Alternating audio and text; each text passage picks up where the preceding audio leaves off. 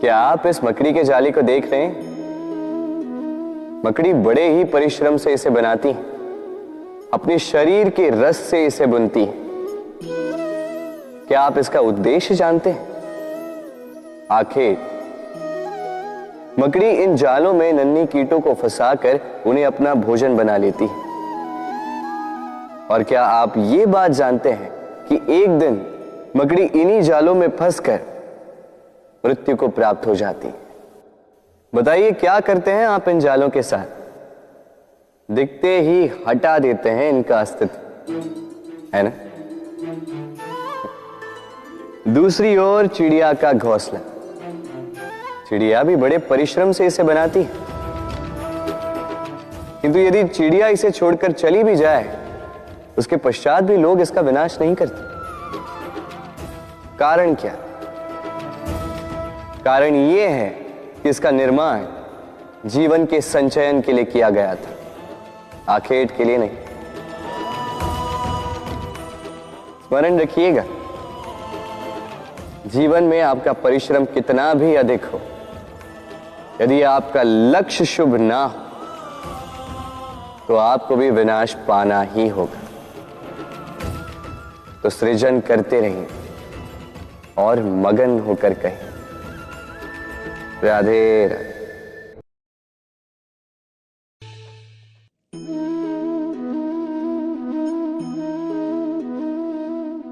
आपके विचार से मैं क्या कर रहा हूं? आप कहेंगे मैं दीपक जला रहा। सही, किंतु प्रश्न ये उठता है कि क्या मैंने आपसे कहा कि ये दीपक है? नहीं। क्या इस दीपक ने स्वयं अपना परिचय आपको दिया? नहीं। फिर आपने कैसे जाना कि ये दीपक है? उत्तर है प्रकाश, जो स्वयं जलकर अंधकार में संसार को राह दिखाए, वो दीपक है। जो निराशा में आशा की ज्योत दिखाए, वो दीपक है। दूसरी ओर सर्प है, जो दिखे नहीं, बस फुफकार दे तो लोग भयभीत हो जाते हैं। अर्थात व्यक्ति का परिचय उसके कर्मों से मिलता है। इसलिए आपको यह बताने की आवश्यकता नहीं कि आप कौन हैं। ये आपके कर्म ही निश्चित करेंगे कि लोग आपसे दीपक समझकर प्रेम करेंगे या सर्प समझकर भयभीत रहेंगे। राधे राधे। समय कितना विचित्र होता है। समय हमारे साथ हो तो हम स्वयं को राजा मान लेते हैं। वही समय यदि विरुद्ध हो जाए तो रंक बनने में समय नहीं लगता। इसलिए मनुष्य की एक आदत होती है, बुरे समय के लिए कुछ बचा कर रखता है। संबंधी, मित्र बुरे समय में साथ छोड़ देते हैं। यश, मान बुरे समय में चला जाता है। तो व्यक्ति सोचता है क्यों ना धन संचय कर। धन का तो कोई मन नहीं होता जो समय आने पर बदल जाए। संसार कहता है कि धन का संचयन करते रहो, बुरे समय में काम आएगा ही। मैं कहता हूं शुभ कर्म करते रहो, आनंदित रहो, स्वयं पर और ईश्वर पर विश्वास रखो, बुरा समय कभी आएगा ही नहीं। राधे राधे। कभी कभी आपके मन में ये प्रश्न तो उठता होगा कि ये प्रेम क्या है, कैसे समझा जाए इस प्रेम को? उत्तर बड़ा ही सरल। जब तक आप प्रेम करोगे नहीं, तब तक आप प्रेम को समझोगे नहीं। यदि रत्न बनकर मुकुट में सजना हो तो हीरे को तराशे जाने का दुख तो सहना ही पड़ता है। प्रेम का उचित अर्थ समझना तो मोह को त्याग के समर्पण करना ही होगा। जो प्रेम किसी को पाने के लिए किया जाए वो प्रेम प्रेम नहीं, मोह। इसलिए समर्पण कीजिए अपना, अपने अहंकार का, अपने अस्तित्व का, मोह का, और देखिए आपका प्रेम स्वयं आपके साथ होगा। राधे राधे। प्रकृति ने मनुष्य को एक विशेष शक्ति दी, अन्य जीवों से अधिक शक्ति दी, स्मरण शक्ति। यही शक्ति मनुष्य को अन्य जीवों से भिन्न बनाती, इतिहास लिखने की प्रेरणा देती, ज्ञान को पीढ़ी दर पीढ़ी आगे भी बढ़ाती, और जो भूल जाते हैं अधिकतर रूप से वो उपहास और दया के पात्र बन जाते हैं। परंतु क्या यही पूर्णतः सत्य है? नहीं। यही स्मरण शक्ति मनुष्य के विकास में सबसे बड़ी बाधा भी बन जाती, उसके चित्त को दूषित कर देती। बुरे अनुभव, किसी का दिया गया धोखा, किसी का किया गया कटाक्ष मनुष्य भुला नहीं पाता, और फिर लग जाता है प्रतिकार में। पहले समय नष्ट करता है प्रतिकार की तैयारी में, फिर समय नष्ट करता है प्रतिकार का अवसर ढूंढने में। यदि संतोष पाना है, यदि जीवन में आनंद पाना है, तो स्मरण शक्ति का सदुपयोग कीजिए। अपनी स्मरण शक्ति को केंद्रित कीजिए केवल अच्छी बातों और अच्छी यादों की ओर। जीवन में प्रसन्नता आए। राधे राधे। आज कृष्ण रथी के स्थान पर बैठा है, जबकि उसे तो सारथी के स्थान पर बैठना चाहिए। यही सोच रहे हैं। कई बार जो हमें दिखता है आवश्यक नहीं कि वही सत्य। जैसे सूर्य को हम देख पाते हैं क्योंकि वो दिखता है, और सत्य ये भी है कि सूर्य दिखता है क्योंकि हम उसे देखते हैं। अब अपनी आंखें बंद कर लीजिए। अब दिन है या रात, ना कोई अंतर पड़ता है। इसी प्रकार धर्म स्थापना के इस कार्य में, धर्म के इस पथ पर मैं सारथी नहीं, मैं रथी हूं। और मैं खोज रहा हूं उस सारथी को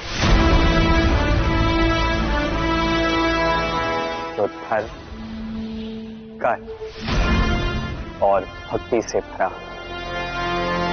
धर्म जो व्यक्ति को उचित मार्ग पर ले जाता है, कर्म जो व्यक्ति को परिश्रम करवाता है, और भक्ति जो उसे उस मार्ग से विचलित नहीं होने देती। आज तक मैं सबका सखा था, सबको उचित मार्ग पर ले जाता था। अब मैं खोज रहा हूं उस व्यक्ति को जो मेरा सखा बनेगा और बनेगा धर्म स्थापना के इस कार्य में मेरा सहयोगी।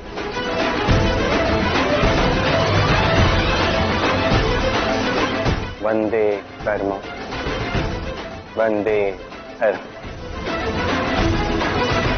राधे। ये है सुई और ये है तलवार। अब आप बताइए, आपके दृष्टिकोण से इन दोनों वस्तुओं में से क्या अधिक शक्तिशाली और महत्वपूर्ण होगा?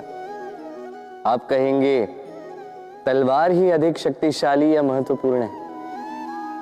चलिए मानते हैं तलवार अधिक भारी होती, तलवार युद्ध में आपको विजय दिलाती, शत्रु का विनाश करती, किंतु तलवार से कभी आप आपके वस्त्र सी नहीं पाएंगे। यदि पांव में कांटा चुभ जाए तो उसे आप तलवार से नहीं निकाल सकते, आपको सुई का उपयोग करना ही होगा। अब बताइए, तलवार को पाने के पश्चात ऐसे इस प्रकार सुई को खो देना क्या उचित होगा?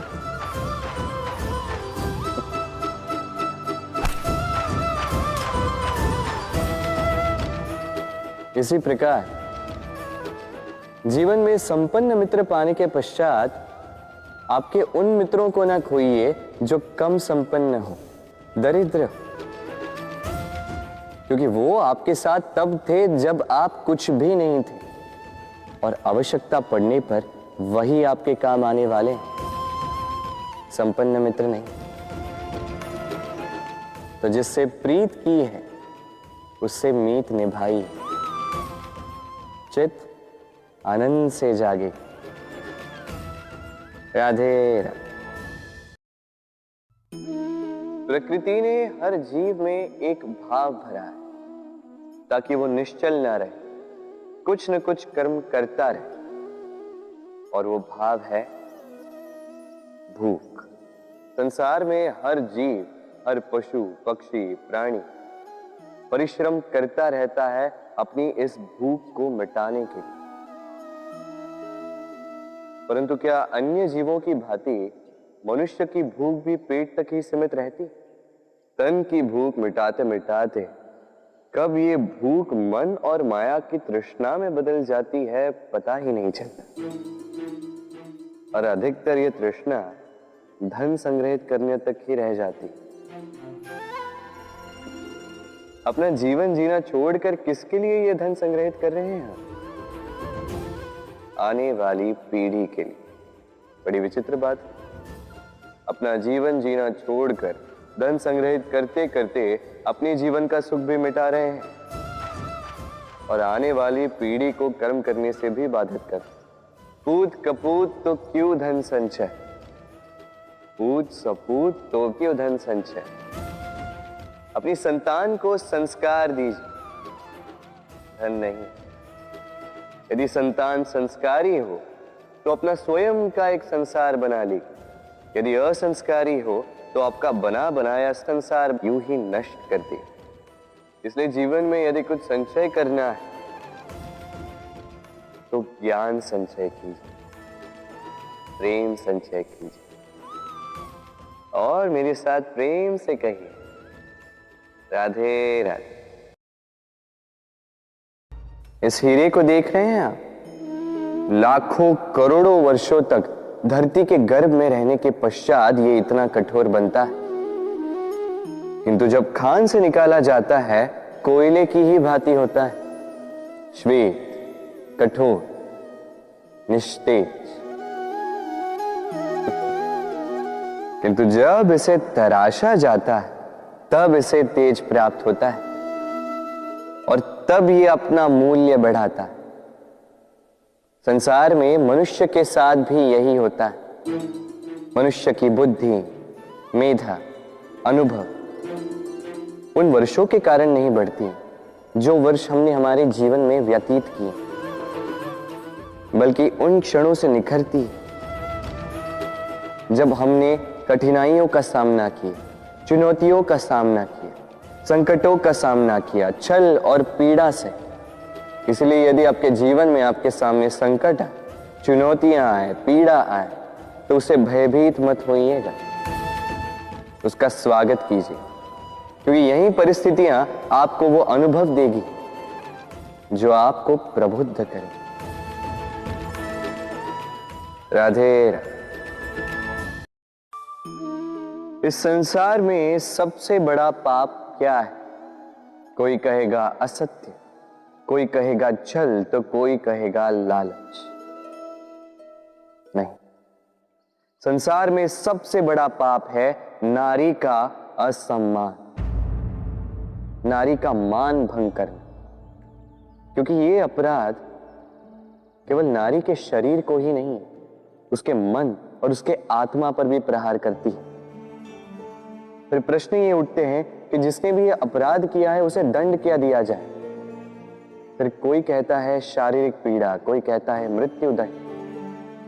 किंतु इस अपराध का दंड निश्चित करने से पूर्व क्या ये जानना महत्वपूर्ण नहीं है कि अपराधी है कौन? अब आप कहेंगे कि सरल सी बात है, वही पुरुष जिसने स्त्री का मान भंग किया। किंतु क्या ये पूर्णतः सत्य है? क्या स्वयं के अपमान के लिए, स्वयं के सम्मान को खोने के लिए कभी कभी नारी स्वयं उत्तरदायी नहीं हो सकती? सोच के देखिए, सम्मान खोने से बचने के लिए पहले सम्मान की सीमा पर दृष्टि रखना आवश्यक है। रावण सीता का हरण इसलिए कर पाया क्योंकि सीता ने भोलेपन के कारण रावण का उस सीमा को लांघना सरल कर दी। किंतु अशोक वाटिका में उसी सीता को रावण स्पर्श तक नहीं कर पाया क्योंकि उसने रावण और उसके मध्य में तिनके की एक छोटी सी दीवार बना दी थी। जीवन में ना कहना सीखें। यदि कोई आपके सम्मान की सीमा को पार करने का प्रयास करे तो उसे वही रोकना सीखें। आपके ऊपर उठे पहले हाथ को, पहले कटाक्ष को वही रोक देना सीखें। पर किसी पुरुष में साहस नहीं कि वो पुनः आपका अपमान करने का प्रयास भी कर सके, क्योंकि नारी जननी आराध्य है। तो स्वयं को निर्बल मानकर आप अपराधी ना बने। राधे राधे। इस कमल के पुष्प को देख रहे हैं? इसकी एक विशेष बात है, जल स्तर कितना भी बढ़ जाए ये पुष्प सदैव जल सतह के ऊपर ही रहेगा। और इसका कारण है इसकी ये नाल। जैसे जैसे जल स्तर बढ़ता है वैसे वैसे ये नाल भी बढ़ती है और इस पुष्प को जल सतह के ऊपर रखती है। किंतु जब जल स्तर घटता है ये नाल घट नहीं पाती और फिर स्वयं के साथ ही इस पुष्प का भी विनाश कर देती। मनुष्य के साथ भी यही होता है। जैसे जैसे मनुष्य समृद्ध होता जाता है वैसे वैसे उसका जीवन स्तर बढ़ता जाता है, उसकी अपेक्षाएं, उसकी आवश्यकताएं बढ़ती जाती। किंतु जब संपन्नता घटने लगी उसकी आवश्यकताएं कम नहीं हो पाती और फिर इसी कमल की भांति मनुष्य भी टूट जाता है। तो फिर क्या करें? क्या किया जाए इस परिस्थिति में? जीवन स्तर बढ़ाना छोड़ दे? कदापि नहीं। किंतु जीवन स्तर बढ़ाने के साथ साथ ही अपनी आत्मशक्ति को सुदृढ़ करें। संकट का समय आने पर आप अपना जीवन कैसे व्यतीत करेंगे इसका अभ्यास करें, क्योंकि जीवन स्तर और जल स्तर तो घटते बढ़ते रहेंगे। ये आप पर निर्भर करता है कि आप इन दोनों के बीच का तालमेल कैसे सुनिश्चित करते हैं। राधे राधे। ये है सुई और ये है तलवार। अब आप बताइए, आपके दृष्टिकोण से इन दोनों वस्तुओं में से क्या अधिक शक्तिशाली और महत्वपूर्ण होगा? आप कहेंगे तलवार ही अधिक शक्तिशाली या महत्वपूर्ण है। चलिए मानते हैं तलवार अधिक भारी होती, तलवार युद्ध में आपको विजय दिलाती, शत्रु का विनाश करती, किंतु तलवार से कभी आप आपके वस्त्र सी नहीं पाएंगे। यदि पांव में कांटा चुभ जाए तो उसे आप तलवार से नहीं निकाल सकते, आपको सुई का उपयोग करना ही होगा। अब बताइए, तलवार को पाने के पश्चात ऐसे इस प्रकार सुई को खो देना क्या उचित होगा?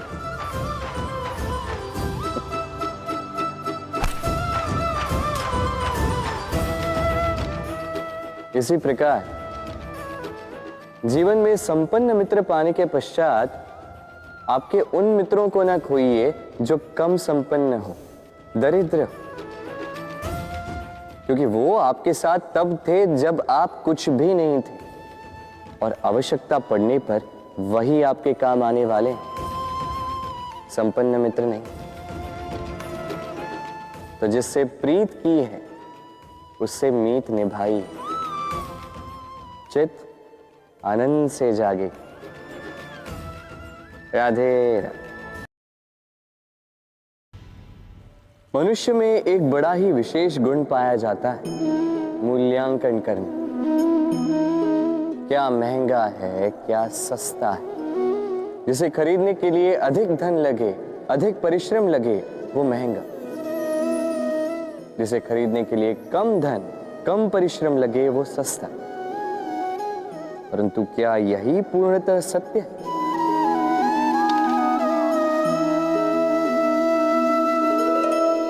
अब आपके सामने एक पात्र है जिसमें जल भरा है और एक सोने का सिक्का। बताइए, इन दो वस्तुओं में अधिक महंगा क्या है? आप कहेंगे सीधी सी बात है, सोने का सिक्का ही अधिक महंगा होगा। इस सोने के सिक्के से आप ऐसे कई सारे जल के पात्र खरीद सकते हैं। चलिए, उचित। अब सोचिए, यदि आप किसी मरुस्थल के बीचों बीच फंसे, प्यास से तड़प रहे, तब क्या महंगा होगा? तब तो आप इस एक घूंट जल के लिए अपनी जीवन भर की कमाई पाई पाई यूं ही गंवाने के लिए सज्ज हो जाएंगे। स्मरण रखिएगा, जीवन में महंगी या सस्ती वस्तु नहीं, परिस्थिति होती। और आवश्यकता पड़ने पर जो काम आ, उससे अमूल्य इस संसार में और कुछ भी नहीं। राधे राधे। नदी का जल मीठा होता है, सागर का जल खारा होता है, और किसी नाले का जल दुर्गंध से भरा। क्यों? नदी का जल मीठा होता है क्योंकि वो सबको जल देती है। सागर जल लेता है, इसीलिए खारा होता है। और नाला, उसका बहना रुक जाता है और इसी कारण से वो दुर्गंध पूर्ण हो जाता है, किसी काम का नहीं रहता। हमारे जीवन में भी कुछ ऐसा ही होता है। यदि नदी की भांति जीवन में कुछ देना सीखो तो जीवन में मिठास बनी रहेगी। यदि सागर की भांति बांटने के स्थान पर केवल संचय करते रहो तो मन में खटास बढ़ती रहेगी। और यदि नाले की भांति बहना छोड़ दो, कर्म करना छोड़ दो, तो किसी काम के नहीं रहोगे। इसलिए बिना किसी विराम के कर्म करते रहो, और जो कुछ भी आपके पास है उसे बांटना सीखो। मन प्रसन्न होकर बोलेगा, राधे राधे। दाऊ मुझसे सदैव पूछते हैं कि कान्हा, ये मुस्कुराहट ये सदैव तुम्हारे मुख पर क्यों रहती है? कैसे रह पाते? सामने शत्रु को देखते हो फिर भी धीरज नहीं खोते। कोई तुम्हारी निंदा करता है तो उनसे बैर नहीं रखते। कोई तुम्हारे विषय में बुरा सोचता भी है तो उससे कभी घृणा नहीं करते। कैसे और क्यों करते हो? आपके मन में भी यह प्रश्न आता हो। इसका उत्तर बड़ा ही सरल। कभी देखिए गाय के बछड़े को, कैसे वो अपनी माता का दूध पीता है, सुखी रहता है क्योंकि उसे ज्ञात है कि उसकी माता ये दूध रूपी अमृत उसे पिलाती रहेगी। उसे ज्ञात है कि ये समय केवल उसके लिए है कि वो अपनी माता का ये दूध रूपी प्रसाद ग्रहण करता है, और इसलिए वो सुखी रहता है। इसी प्रकार ये जीवन प्रेम हेतु है। इतना छोटा सा जीवन प्रेम करने के लिए कम पड़ जाता है। घृणा करके समय व्यर्थ क्यों करें? मैं यही करता हूं, आप भी यही कीजिए। प्रेम करिए, प्रेम सब में बांटिए, और इसी प्रेम के साथ कहिए, राधे राधे। हम में से कोई भी पांचाल के राजमहल जाने वाला नहीं है। पर मुझे ऐसा क्यों लगता है कि तुम वहां अवश्य। कभी सोचा है, जब माता संतान को जन्म देती है तो क्या होता? 9 माह का गर्भ, प्रसव की तीव्र पीड़ा। कहते हैं ये पीड़ा इतनी भयंकर होती है कि मानो जैसे संतान के जन्म के साथ माता को भी एक नया जन्म मिल जाता है और इस जन्म के साथ अंत होता है माता की पीड़ा। किंतु यदि आप दृष्टिकोण बदलकर देखें तो आप ये समझेंगे कि पीड़ा का ये अंत एक अपार आनंद का प्रारंभ है। आरंभ संतान का और संतान माता पिता के लिए सुख का प्रारंभ है। जीवन के साथ भी यही होता है। हम कभी कभी किसी संबंध या किसी स्थिति के पीड़ादायक अंत के कारण इतने विचलित हो जाते हैं कि उस आनंदमयी प्रारंभ को देख ही नहीं पाते। स्मरण रखिएगा, पीड़ा आनंद के प्रारंभ का लक्षण। राधे राधे।